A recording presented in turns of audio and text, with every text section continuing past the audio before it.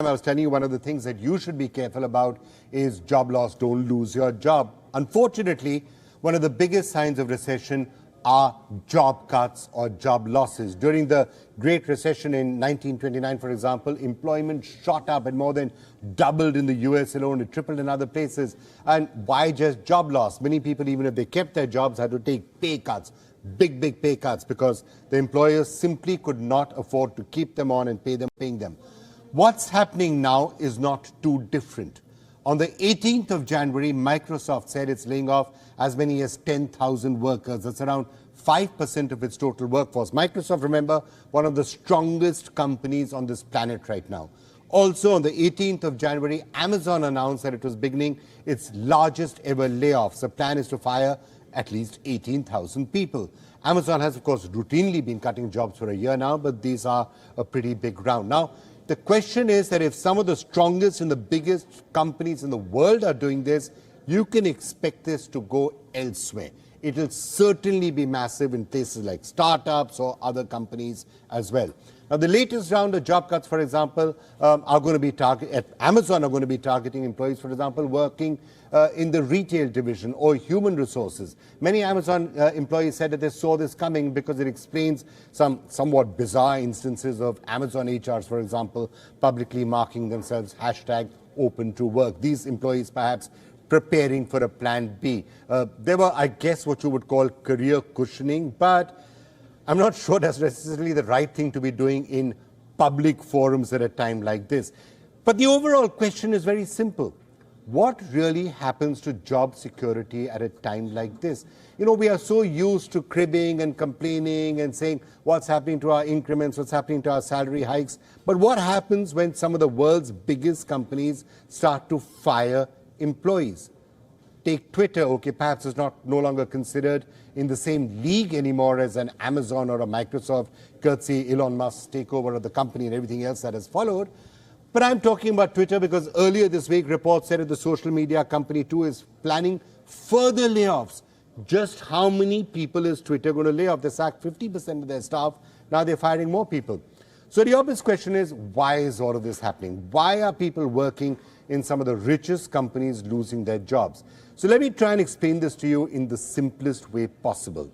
Number one, revenue growth is slower than expected. So companies are being forced to downsize. The staff you can sustain when you're growing very fast is not the same as the staff you can sustain when the economy starts to shrink. Number two, let's not forget that in the last couple of years, these tech companies had been on a hiring spree. The pandemic had increased people's reliance on tech. The NASDAQ was at an all-time high. Demand was shooting up. Profit was shooting up. Music was playing. Hiring was going on.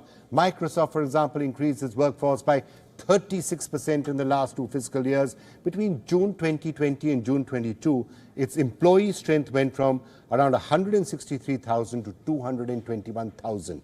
The company now says that the layoffs are a response to, quote, changing customer priorities, unquote. Not really untrue. Some analysts do believe that most tech companies today can easily afford to let go 10 to 15% of their workforce, and that is why these companies are downsizing. Some would say that the right word is right sizing, because when the music is playing and that fantastic bull market is on, a lot of excess happens. A lot of excess people are taken off. When the music stops and recession approaches or bad times come, that's when the impact is actually felt. I think that many companies are right-sizing their staff for what's likely to be a more incrementally challenging period in demand from the macroeconomy versus the last 2 years. And I think a lot of companies are using this as an opportunity to get more efficient and to align their cost structure with their revenue base. So as you see, all of this is part of the ripple effect. When there's a lot more money in the economy, when things are good, people spend more, businesses earn more, they're making more money, they're profitable, so they hire more, they pay more, they give better pay hikes. When the economy shrinks or recession comes, all of this is reversed. Lesson for you, even if you do get a pay hike this year, it is not going to perhaps be at par with inflation. It's not going to be what you expect. Probably hold on to it and saying, okay, it could be a lot worse. At least I have a job. Now, there are some reports that are coming in that it might not be quite as bad in India as it is in other parts of the world, but we'll have to see just what that is. It's going to be 9% or 30% or 5%, so not quite clear. All right, what should you do then? Be careful. Don't slack off right now. All this quiet quitting, not necessarily a sensible idea in a market like this, because there are 5 people eyeing your job probably at a time like this. So don't slack off. Do remember that nobody in the job market is entirely irreplaceable, so it's always wiser and safer to be among the top performers. Be reliable, be trustworthy, be responsible. Also, if you already have a job where you're valued and you're thinking of making a switch, now may not be the best time. You're going to hear me underlining this for you just as advice and gyan. You don't have to listen to my advice if you don't want to, but frankly, having seen these recession years in the past, this is not the right time. If you're thinking of transitioning into a new field, setting up a startup, this may not be the right time. A recession is not the best time for career experiments.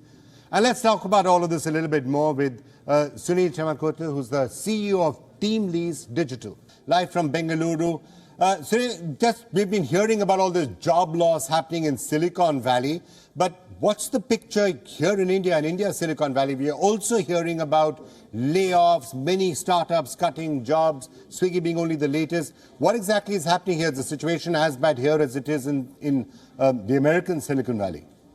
Yes, definitely there is some amount of layoff happening in India as well. Obviously, it was expected to cascade down to India. With the tech layoff happening in US, we could see some amount of impact in India because most of these organizations are global organizations and they have a large operations in India.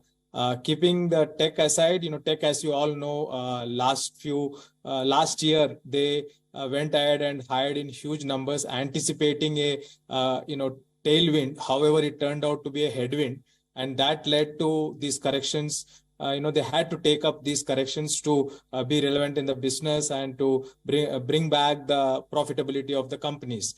Having said that, in India, we also have seen layoffs in the startup ecosystem. Last year, when we had huge funds flowing into India, I think all the startup companies were focusing more on GMV, gross merchandise value, and increasing their sales, which resulted in hiring huge numbers. However, as you all know, the funding winter has just set in, and you don't have enough funds flowing into the market, and that has led to some amount of correction. And unfortunately, it's the people who are getting impacted. Right, this almost always happens. You have the highs and you have the lows. You have the bull market where all sorts of things are done. And then when the cycle turns, you really end up with a lot of problems. And we've been seeing in some of the startups, questions being asked. We just heard the latest, what happened with Go Mechanic. If you're an employee right now, if you're in a job, what should you be thinking about? Should you be worrying about the increments, which we believe are actually coming? Should you be just worrying about holding on to your job and making sure you're not on some layoff list? See, the first and foremost is to be practical and not be emotional when you're working for any organization. In today's scenario, we don't see a long-term association, and it's more of a taxi cab relationship. So, if there is a situation where organizations have to tighten their belts, they look at, cutting down a lot of cost, and unfortunately, employee cost is one. From the employee perspective, what is important is that employee should be relevant in the industry or in the company where he's working. He needs to consistently upskill himself.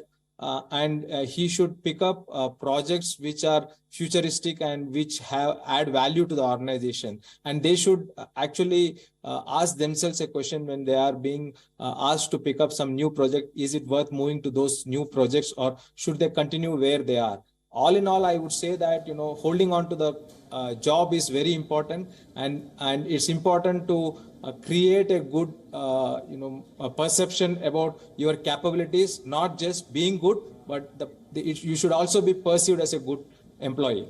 All right. Sunil, thank you so much for joining us with that perspective. Thanks a lot. Thank you. Well, one of the other things that happen as you transition into a recession or you go from a bull market to a bear market is some of the claims that were made in really good times start to come under a lot more scrutiny in the bad times.